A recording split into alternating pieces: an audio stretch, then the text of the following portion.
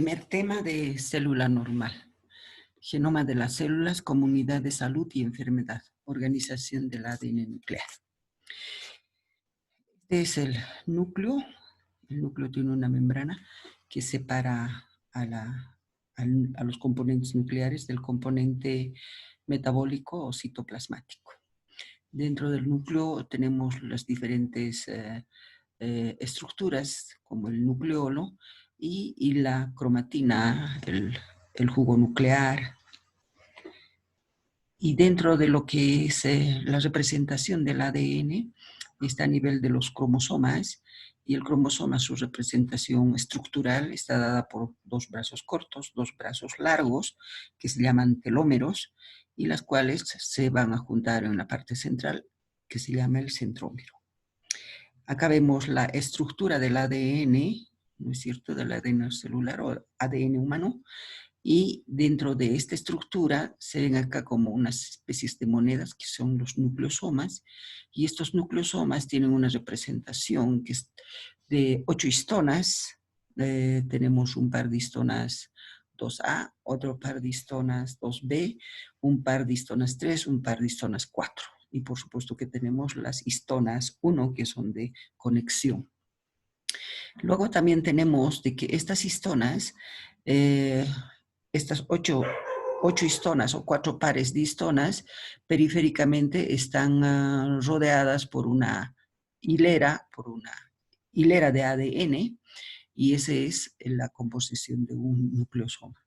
Tenemos dos tipos de cromatina: la cromatina condensada o densa, que es inactiva, donde se encuentran los nucleosomas muy apretaditos, es que son cromatina inactiva, y la eucromatina, que es una cromatina dispersa, la activa, donde se realiza la transcripción de toda la información genética que se va a dar a la célula.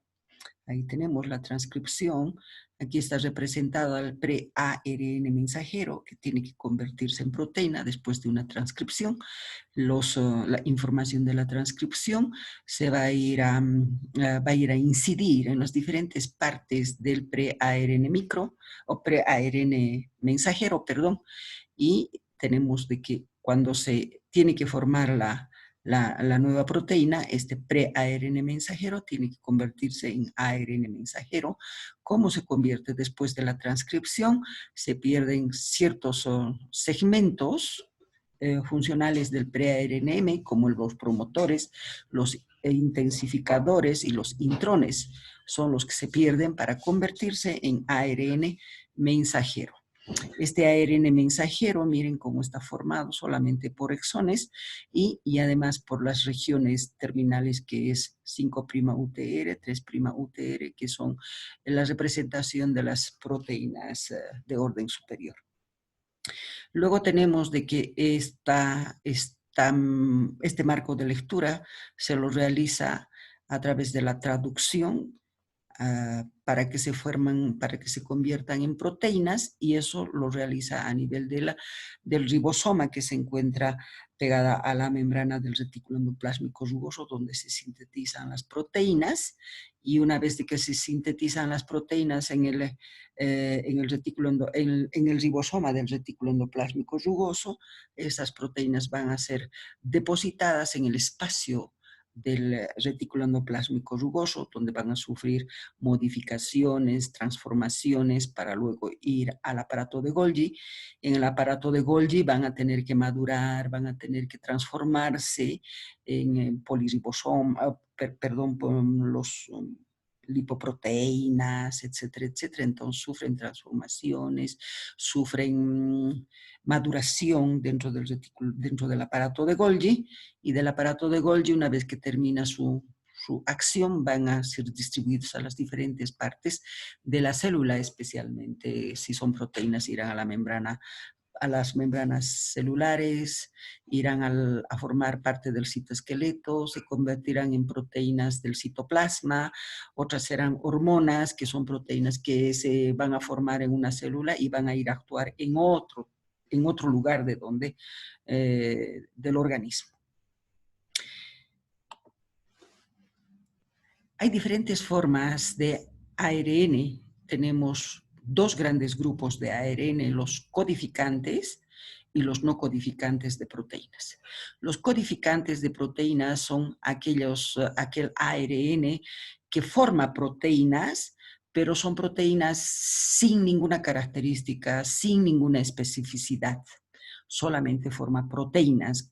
Y ustedes saben muy bien que las proteínas son los ladrillos con los que se va a construir toda la estructura de la célula. También los lípidos son estructuras, son los ladrillos que van a ir a construir toda la estructura de la célula. El ARN codificante entonces forma esas proteínas.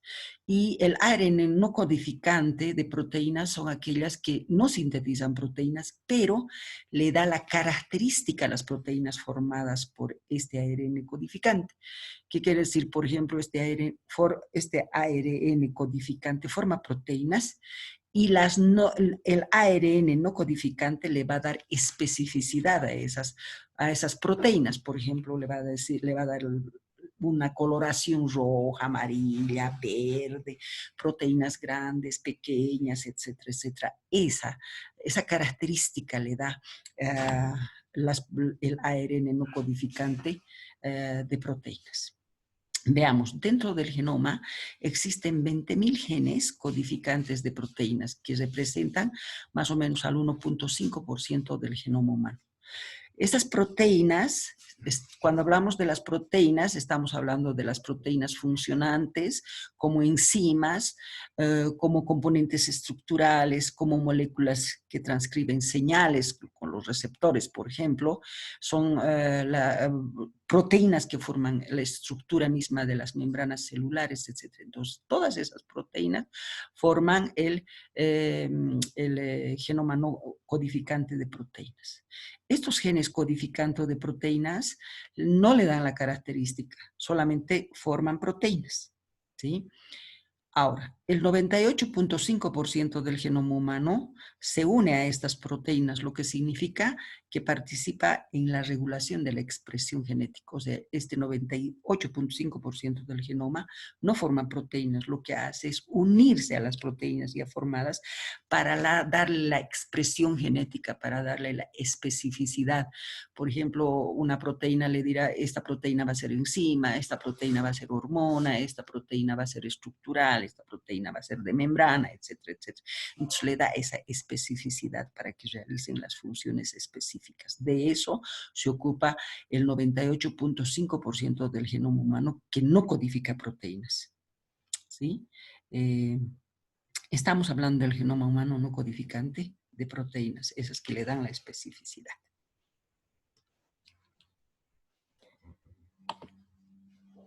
El 98.5% del genoma humano que no codifica proteínas tiene regiones funcionales. Esas regiones funcionales del genoma humano no codificante de proteínas son los promotores y los intensificadores, que son los lugares donde se unen para la transcripción, donde se unen los factores de transcripción. ¿No es cierto? Entonces, una vez de que hace la transcripción en el núcleo, esos factores de transcripción se van a ir a unir a los promotores y a los intensificadores. Luego también tiene lugares de unión de factores de organización y mantiene la estructura cromática de orden superior, por ejemplo, aquellos que pueden interferir en la acetilación, en la metilación de la cromatina. El ARN también existen los reguladores no codificantes. Más del 60% del genoma se transcribe a ARN, que nunca se traduce a proteína, pero que regula su expresión genética a través de distintos mecanismos. Los más conocidos, por ejemplo, de estos ARN no codificantes de proteínas son el microARN y el ARN largo. Los transposones son elementos genéticos móviles, son los famosos genes saltarines que se desplazan por todo el genoma y regulan la genética y la organización de la cromatina. Luego tenemos las regiones estructurales especiales, cuando estamos hablando de la estructura del ADN, estamos hablando de los telómeros o brazos largos y cortos y el centrómero donde se unen los telómeros. Esas son las regiones del genoma humano. Tenemos diferentes tipos de ARN. Dentro de los ARNs no codificantes de proteínas, tenemos el ARN largo, el ARN micro. Esos dos son no codificantes de proteínas, quiere decir que le van a dar la caracterización a las proteínas formadas por los ARN codificantes. Estos ARN largo no codificantes de proteínas participan en la expresión genética de las células. Quiere decir que le va a decir, esta proteína va a ser hormona, esta proteína va a ser del citoesqueleto, esta proteína va a ser parte de las membranas, así le va dando la especificidad. Sus genes transcriben la información, pero no son traducidos a proteínas, ¿sí? Presentan más de 200 nucleótidos. Puede unirse a la cromatina para restringir el acceso del ARN polimerasa a los segmentos codificados. Cuando se une al cromosoma X, reprime la expresión del cromosoma X. Y de esta manera es responsable de la formación del cuerpo de Barr. Entonces, ¿quién es el que forma el cuerpo de Barr? Es el ARN largo, ese ARN no codificante de proteínas, pero el largo. ¿Y qué es el cuerpo de Barr? Es un cromosoma inactivo, silenciado. Ese es el cuerpo de Barr, cromosoma X silenciado. Participa en varias enfermedades también el ARN largo, arteriosclerosis, cáncer, entonces son varias las patologías que van a estar ligadas con este ARN largo.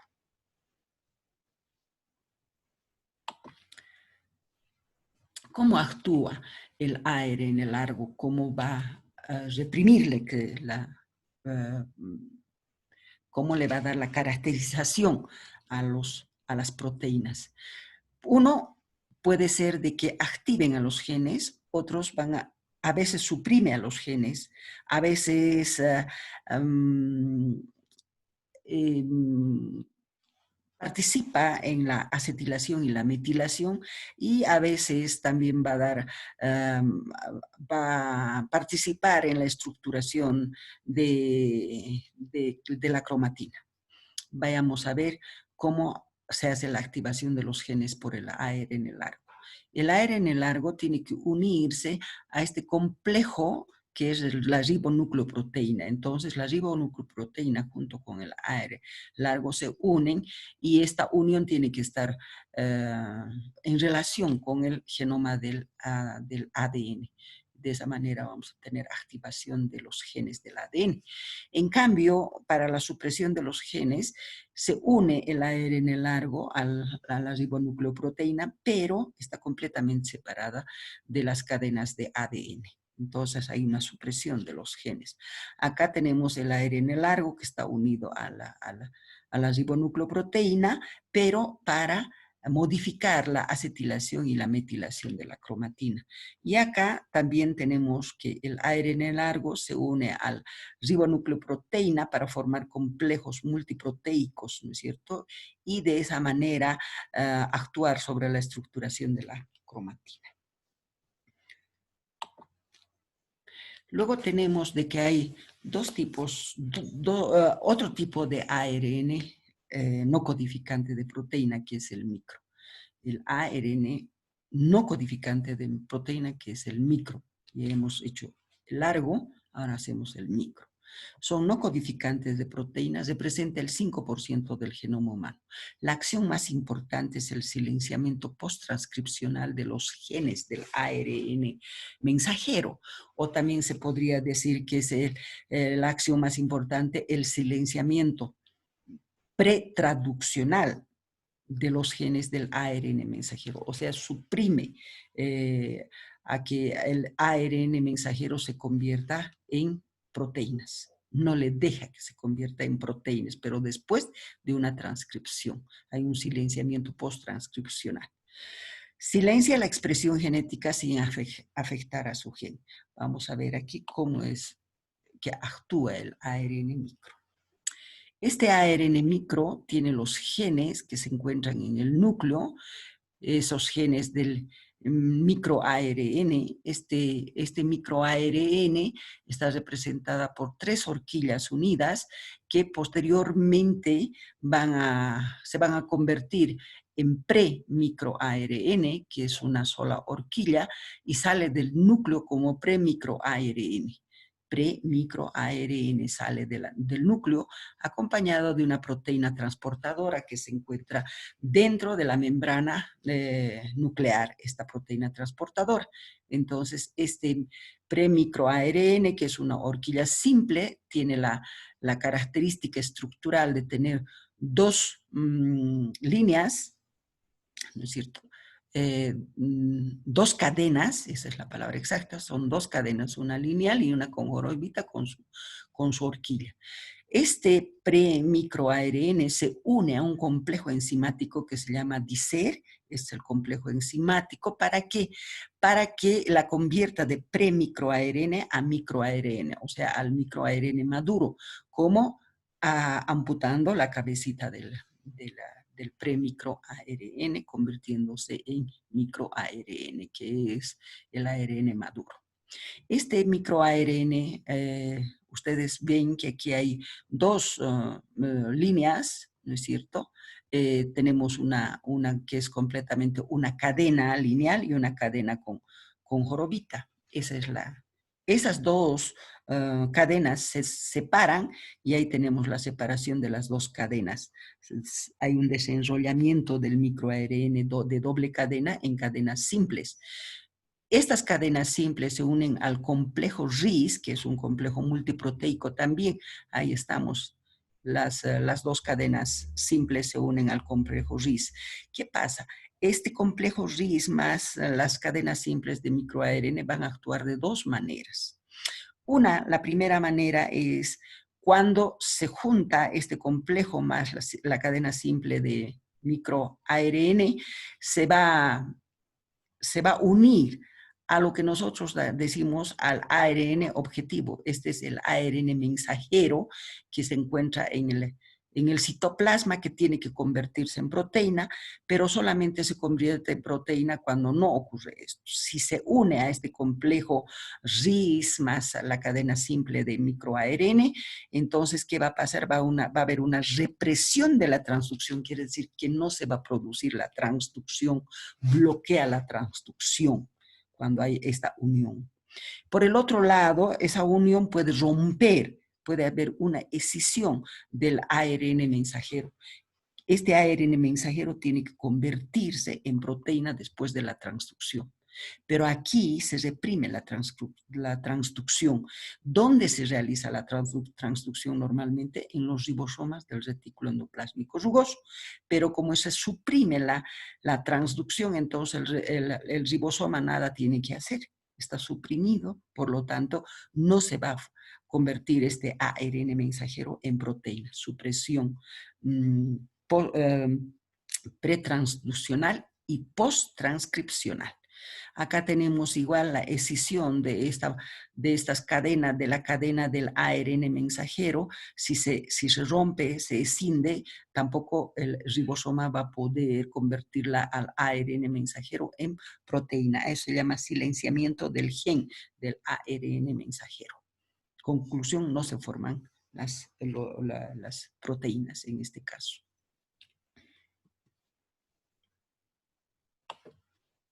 Tenemos otro tipo de ARN también, el ARN transcripto, que se abrevia así, ARNT. ¿Cuál es su función? Uno, que se encuentra en gran cantidad en el citoplasma celular porque traduce al ARN mensajero en proteína a nivel de los ribosomas del retículo endoplásmico rugoso. Este forma proteínas a partir del ARN mensajero. El ARN-CIS, que es un ARN que se utiliza en el laboratorio, es elaborado en el laboratorio y se utiliza para fines experimentales. ¿Qué función realiza? La misma función, tiene la misma función que el ARN micro. Con esto hemos terminado lo que es genoma del genoma humano.